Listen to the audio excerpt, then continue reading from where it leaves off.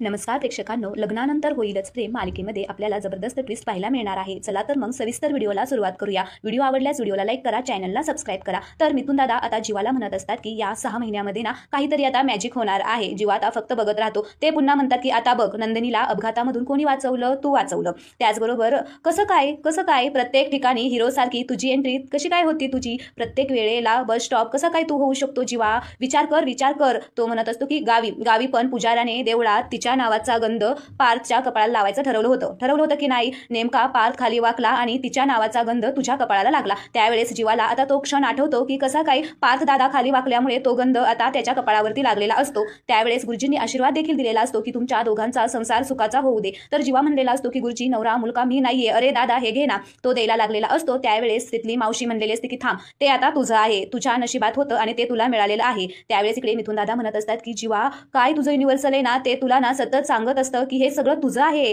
तुझ्या लक्षात काय येत नाहीये हे? जीवा फक्त विचार करत बसलेला असतो। त्यावेळेस आता इकडे मिथुन दादा म्हणतो की काही जोड्या देवानेच बनवलेल्या असतात, फुरसतीमध्ये बनवलेल्या असतात आणि त्यातली एक जोडी म्हणजे तुमची आहे, नंदिनी आणि जीवा, असं तो हसत म्हणत असतो। जीवाला आता हे सगळं आठवल्यानंतर तो थोडा आश्चर्यचकित होतो। तर इकडे आता मिथुन दादा म्हणतात की अरे आतापर्यंत कुठलंच कोडं सुटलं नसेल, पण मी तुमचं कोडं सुटलेलं आहे, आता माझ्याकडून लिहून घे। पुढचे 6 महिने आता तुम्हाला 7 जन्म एकत्र बांधून ठेवणार आहेत। तू आणि नंदिनीने कितीही प्रयत्न केला तरीही तुमची जोडी तुटायची नाही, असं आता मिथुन दादाने सांगितल्यानंतर जीवाच्या डोक्यात थोडासा प्रकाश पडतो आणि मिथुन दादा आय लाईक दिस असं करत आता त्याच्या रूममधून बाहेर जातात। जीवा आता खूप मोठ्या विचारातच पडलेला आहे प्रेक्षकांनो। तो आता तिथे जे दोघांची फ्रेम ठेवलेली असते तिथे जातो, आरशापाशी ठेवलेली असते, तर ती फ्रेम आता हातामध्ये घेतो। त्या दोघांचा त्याच्यामध्ये जो फोटो असतो तो आता तो सतत पाहत असतो आणि त्याच्या मनामध्ये आता खूप सारे विचार येत असतात। आणि आता त्याला पुन्हा आठवतं की ती मावशी म्हणलेली असते की जे येईल, जे मिळेल, जे कळल ना त्याचा तू स्वीकार कर, असं म्हणलेलं त्याला आठवतं। आणि परत मिथुन दादाचे बोलणं देखील त्याला आठवतं की तू आणि नंदिनीने कितीही प्रयत्न केला तरी तुमची जोडी तुटायची नाही। आता हे सगळं विचार त्याच्या मनामध्ये येत असतात। तर दुसरीकडे इकडे काव्या आता पिहूला म्हणत असते की पिहू अगं काय झालं, सूप नाही आवडलं का बाळा तुला? तर नंदिनी म्हणत असते की तिचा हात धरून सूप बद्दल बोलत होती। तर काव्या म्हणते की हो तर तिला बरं वाटत नाहीये ना, मग तिची काळजी वाटत होती म्हणून तिच्या आवडीचे गरम गरम सूप घेऊन आली होती, हो की नाही पिहू? तर पिहू लगेच म्हणते की नाही नंदिनी वहिनी, अगं ही ना माझ्यावरती ओरडत होती, हिला काहीच काळजी नव्हती माझी, असं म्हणून ती घाबरत असते। तर लगेच ती तिच्यावर ओरडते आणि म्हणते की पिहू अगं काय बोलते तू? हसत म्हणते की अगं पिहू कशाला खोटं बोलते?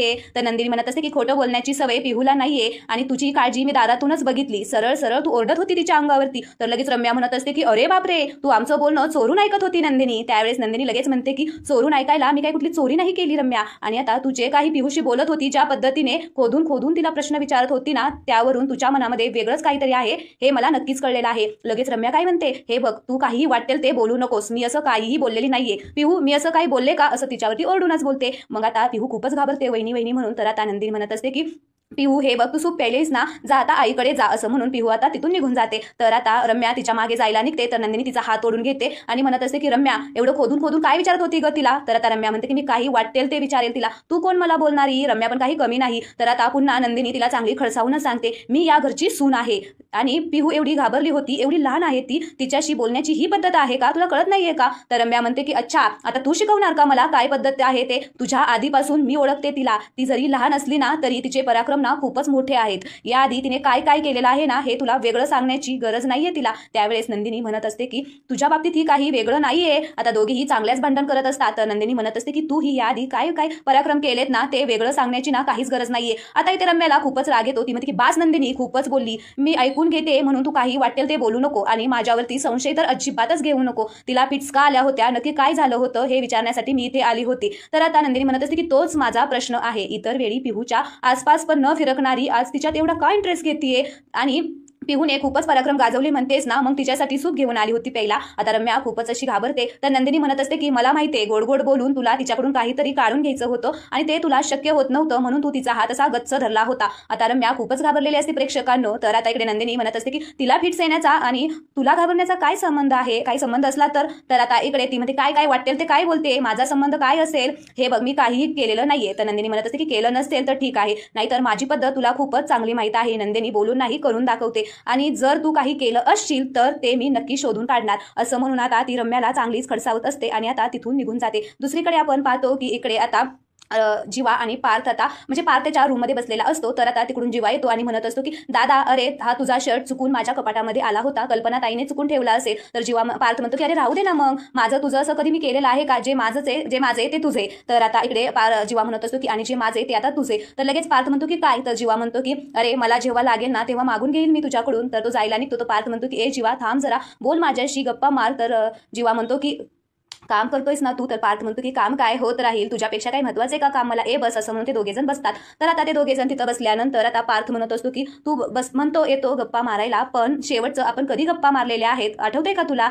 आठवायला लागतंय तुला? असं आता तो जीवाला म्हणतो. तर पार्थ म्हणतो की मी सांगतो, लग्नानंतर ना आपण छान अशा गप्पाच मारलेल्या नाहीयेत, धमाल केलेली नाहीये, मस्ती केली नाही, काही तोडलं नाही, फोडलं नाही, आई आपल्याला ओरडलेली नाहीये, किती दिवस झाले आपण खळखळून हसलो सुद्धा नाही. तर आता जीवा विचार करतो आणि म्हणत असतो की खरंच यार माझ्या लक्षातच आलं नाही, पण आपण शेवटचे कधी हसलो होतं खळखळून हे ना मला सुद्धा आठवत नाहीये. आपलं लाईफ किती चेंज झालेलं आहे. तर पार्थ म्हणत असतो की लग्न झाल्यानंतर न भावांमधले संवाद कमी होतात, लोकांमधले संवाद कमी होतात, पण आपण भावंड आहोत, मित्रासारखे राहतो. कधी कधी ना मला असं वाटतं की युगला उगाचच हॉस्टेलला पाठवलं, तो जर इथे असता तर आपल्यातला संवाद तरी थांबला असता. तर जीवा म्हणत असतो की खरंच एकाच घरात राहून आपण एकमेकांशी बोलत नाही आहोत, खरंच खूपच वेगळं आहे. तर इकडे आता पार्थ म्हणतो की प्रॉब्लेम तर आहेत, पण काय प्रॉब्लेम आहे? असा काय प्रॉब्लेम आहे तुझ्या आयुष्यात जो तू माझ्याबरोबर शेअर करू शकत नाही? आता दोघेही एकमेकांकडे फक्त बघतच राहतात. तर जीवा म्हणतो की काही नाही, असं काहीच नाही अरे. तर आता म्हणतो की हो नक्कीच असं काहीच नाहीये. आता दोघेही खूपच इमोशनल झालेले असतात. तर पार्थ म्हणत असतो की खरं सांगू का, ज्या पद्धतीत तुझं नंदिनीशी लग्न झालेलं आहे ना, ज्या परिस्थितीत लग्न झालेलं आहे ना, आय एम सॉरी, खरंच मी खूपच चुकीचं रिॲक्ट झालो होतो. आता जीवा म्हणतो की अरे दादा हे बघ, जे झालं ना ते झालं, आता त्याचा काय विचार करायचा, तू आतून किती हल्लेला आहे ना हे मला त्या दिवशी जाणवलेलं आहे. आणि आता तो पुन्हा म्हणत असतो की पार्थ म्हणतो की जीवा मला ना तुझ्या बाबतीत जाणवलं, पण तू जाणवू सुद्धा देत नाही. अरे जीवा असं नको करू, अरे जीवा मोठा भाऊ आहे मी तुझा. आता ते दोघेही एकमेकांची खूप अशी चौकशी करत असतात. तर पार्थ म्हणत असतो की तुला जे दुःख आहे, मनात जी सल आहे ना, तुझा आनंद आहे ना, तो आधीसारखा माझ्या बरोबर हक्काने शेअर कर ना, म्हणजे मी ना त्याच्यावरती सोल्युशन नाही देऊ शकलो तरी तुला बोलून मोकळं झाल्यासारखं होईल. आता जीवा फक्त बघत असतो. तर आता पार्थ म्हणतो की तू माझ्याशी बोलतोय ना याचं समाधान राहील मला. तर आता जीवा म्हणतो की अरे काही नाही. तर पार्थ म्हणतो की आता पहिल्यासारखं आपण वागूया. तर जीवा म्हणतो की हो. आता पार्थ त्याच्या केसालाच हात लावतो आणि असं विस्कटतो. तर म्हणतो काय रे दादा असं नको करू, फक्त माझी केस ना अजिबात विस्कटू नको, मला अजिबातच आवडत नाहीये. आता दोघेही खूपच असे खळखळून हसत असतात आणि एकमेकांचे आता कौतुक करत असतात. आता दोघांना खूपच आनंद झालेला असतो. तर आता पार्थ म्हणत असतो की आता मी ना तुझी नेहमी भावासारखी पुन्हासारखी आता तुझ्याकडे तक्रार करेल. आणि दोघेही आता घट्ट एकमेकांना भेटतात आणि त्यांना खूप असा आनंद होतो. जीवाच्या केसाला तो परत हात लावतो, जीवा चिडतो आणि दोघेही आता घट्ट असे भेटलेले असतात. तर आता आपण इकडे पाहतो की दोघा भाऊभावांचं प्रेम आता किती छान असं झालेलं आहे, जसं पूर्वीसारखं त्यांचं नातं आता इथे आपल्याला दिसत आहे. जीवा आणि पार्थ आता पुन्हा एकत्र आलेले आहेत आणि दोघेही खूपच असे खुश आहेत. तर आता आपण पुढे पाहणार आहोत की जीवा आणि पार्थने तर त्यांच्या मनातले दुःख आता एकमेकांबरोबर शेअर केलेलं आहे. तर आता नंदिनी आणि काव्या काय करत आहे ते. तर आता इकडे नंदिनी तिच्या रूममध्ये आता असते आणि कपाटामधले आता कपडे बाहेर काढत असते. तर तिला आठवतं की नंदिनी रम्याला काय म्हणालेली असते की नंदिनी बोलून नाही तर करून दाखवते, आणि जर तू काही केलं असशील ना तर ते मी नक्कीच शोधून काढणार आहे, असं तिला सगळं काही आठवत असतं. आणि ती विचार करत असते की रम्या पिहूला इतकं काय विचारत होती, इतकं नक्की ती असं का तिला त्रास देत होती. रम्या पिहूच्या काळजीने रूममध्ये गेली होती असं म्हणाली होती, पण ती पिहूवरती इतकी का चिडली असेल. पिहूला फिट्स येण्याचा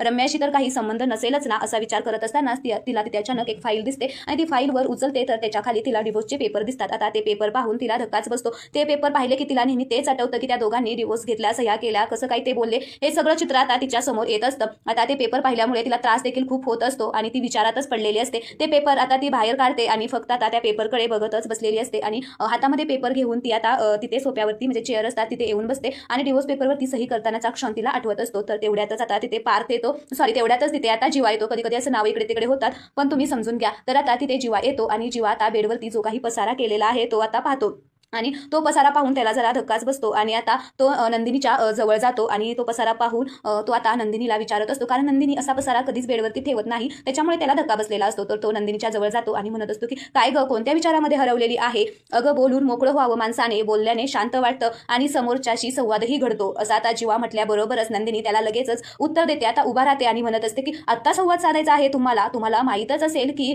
परीक्षेला उशिरा पोहोचल्यावर की पेपर सुटतो, झाडांना पाणी नाही दिलं तर झाडे सुकतात, खोली नियमित जर नाही आवरली तर पसारा तसाच राहून जातो. तसंच संवाद सुद्धा वेळेतच साधायचा असतो, नाहीतर खूपच उशीर होऊन जातो. म्हणजे काय होतं, अशी कोर्टाची पायरी चढायला लागत नाही. आता जीवाला थोडा रागच येतो, तर आता तो म्हणतो की अगं तू टेन्शनमध्ये दिसली म्हणून विचारलं. तर नंदिनी म्हणत असते की मग मी टेन्शनमध्ये का आहे हे तुम्ही विचारा ना, मला ना खरंच कळत नाही. एवढं सगळं होऊनही तुम्ही इतके रिलॅक्स कसं काय राहू शकता. तर आता जीवा म्हणतो की तुला असं का वाटतंय की मी रिलॅक्स आहे. ज्या गोष्टींमुळे तुझ्या मनात गोंधळ सुरू आहे ना, त्याच गोष्टीचा मला सुद्धा प्रचंड त्रास होतोय. पण तो त्रास टेन्शन घेऊन सगळं मी सगळ्यांबरोबर नाही ना वावरू शकत. आई बाबांना डाऊट येईल, कळलं ना त्यांना, म्हणून मी रिलॅक्स आहे असं दाखवावं लागतंय. तर नंदिनी म्हणत असते की अच्छा, पण ही तारेवरची कसरत रोज रोज करताना घुसमट नाही होत तुमची. तर जीवा म्हणतो की होतीये, खूप होतीये, प्रचंड होतीये, खूप त्रास होतोय. आता सुद्धा मी पार्थ दादाला शर्ट द्यायला गेलतो तर त्याच्या नजरेला नजर नाही मिळवू शकलो मी. जर जात होतं मला खूप. आजपर्यंत अशी एकही गोष्ट झालेली नाहीये की मी त्याच्याबरोबर शेअर केली नाही, त्याला सांगितलेली नाही, असं झालेलंच नाहीये. पण आज ना काय होतंय हे, खरंच आज मी डिवोर्स घेतोय, एवढी मोठी गोष्ट कशी काय सांगू त्याला. नंदिनी आता फक्त त्याच्याकडे बघत असते. तर पार्थ म्हणत असतो की तू काय रिॲक्ट करेल ना याच विचाराने मला आता टेन्शन येतं, भीती वाटते. तर आता इकडे जीवा म्हणत असतो की आय नो या सगळ्याच गोष्टीमधून तू सुद्धा सफर करत आहे, पण ना तुला आई बाबांना डिवोर्सबद्दल सांगितलेले नाहीये, या गोष्टीचं थोडंसं टेन्शन आहे. पण ठीक आहे, पण आपण आता जाऊन त्यांना सांगूया. असं म्हटल्याबरोबर ती आता आश्चर्याने त्याच्याकडे बघत असते आणि नंदिनी म्हणत असते की आता चला चला चला चला सांगूया आपण. ते एवढे काल खुश होते, सकाळी आनंदाची बातमी आली म्हणून शाहूवाडीतली प्रॉपर्टी देशमुखांच्या नावावर झाली, ते ऐकून इतकी आनंदाची बातमी ऐकून ते खुश आहे. ते आता सगळं आपण संपून टाकूया. आता त्या दोघांचा वाद आता तिथे सुरू असतो, दोघेही खूपच असे भांडण करत असतात. तर दुसरीकडे आपण पाहतो की आता किचनमध्ये आता मानिनी स्वयंपाक करत असते. तर तिला अचानक शिंका येत असतात आणि त्या आलेल्या शिंका पाहून आता नंदिनी तिकडून येते आणि नंदिनी म्हणत असते की हो आई, तुम्हाला सर्दी झालेली आहे का. तर आता मानिनी म्हणत असते की नाही अगं सर्दी नाही झाली, आपला हा एक्झॉस्ट फॅन आहे ना तो आता बंद पडलेला आहे म्हणून मला थोडासा त्रास होत आहे. तर ती म्हणत असते की बरं ठीक आहे, आपण ना हा फॅन ना आता लवकरच मी ना इलेक्ट्रिशियनला बोलवते आणि हा फॅन ना व्यवस्थित करून टाकूया. तर आता त्या दोघीजणी आता गप्पा मारत असतात. तर आता इकडे मानिनी आता तिच्याबरोबर बोलत असते. मानिनी म्हणत असते की आता बाई मी याच्यातून सुटका करणार आहे, मला ना आता हे काही नको, आता हे सगळं बाई तूच बघ. तर आता ती आता विचारातच पडलेली असते. तर आता मानिनी तिला म्हणत असते की काय ग नंदिनी, काय झालं, चेहरा एकदमच पडला तुझा असं बोलल्यानंतर. तर आता इकडे ती म्हणते की तुला कसलं टेन्शन आहे का. तर नंदिनी म्हणत असते की नाही आई, काहीच नाही, तुम्ही बोलवलं, काही काम होतं का तुमचं. तर आता मानिनी म्हणत असते की अगं काही नाही, कालपासून ना ताक खूप उरलेला आहे, माझ्या मनात होतं मस्त अशी कढी बनवावी, मागच्या वेळेला मस्त फोडणी देऊन तू कढी बनवली होती म्हणून तुला विचारूया, तुला जर वेळ असेल तर तू करते का कढी. तर नंदिनी म्हणत असते की हो करेन ना. तर आता इकडे मानिनी म्हणत असते की मी अगं आपल्या पिहूसाठी ना पेज करत आहे, तिला ना अशी पेज आवडते. मंजुताईंनी जर केली ना तर तिला अजिबातच आवडत नाही, ती खातच नाही, माझ्याच आवडीची तिला आवडते. तरी पेज झाली ना मी तुलाच देईल, म्हणजे तू कसं गोडी गुलाबीने पिहूशी बोलून तिला ना खायला घालशील. तर नंदिनी आता विचार करते, तिला आता टेन्शन आलेलं असतं की रम्या अशी का वागली असेल. तर मानिनी तिच्याकडे बघत राहते आणि म्हणत असते की काय ग नंदिनी, तुझं लक्ष आहे का मी एकटीच बडबडते. तर आता नंदिनी म्हणत असते की अहो मी ऐकते ना, तेच पिहूचाच मी विचार करत होते जरा. तर आता मानिनी म्हणत असते अच्छा.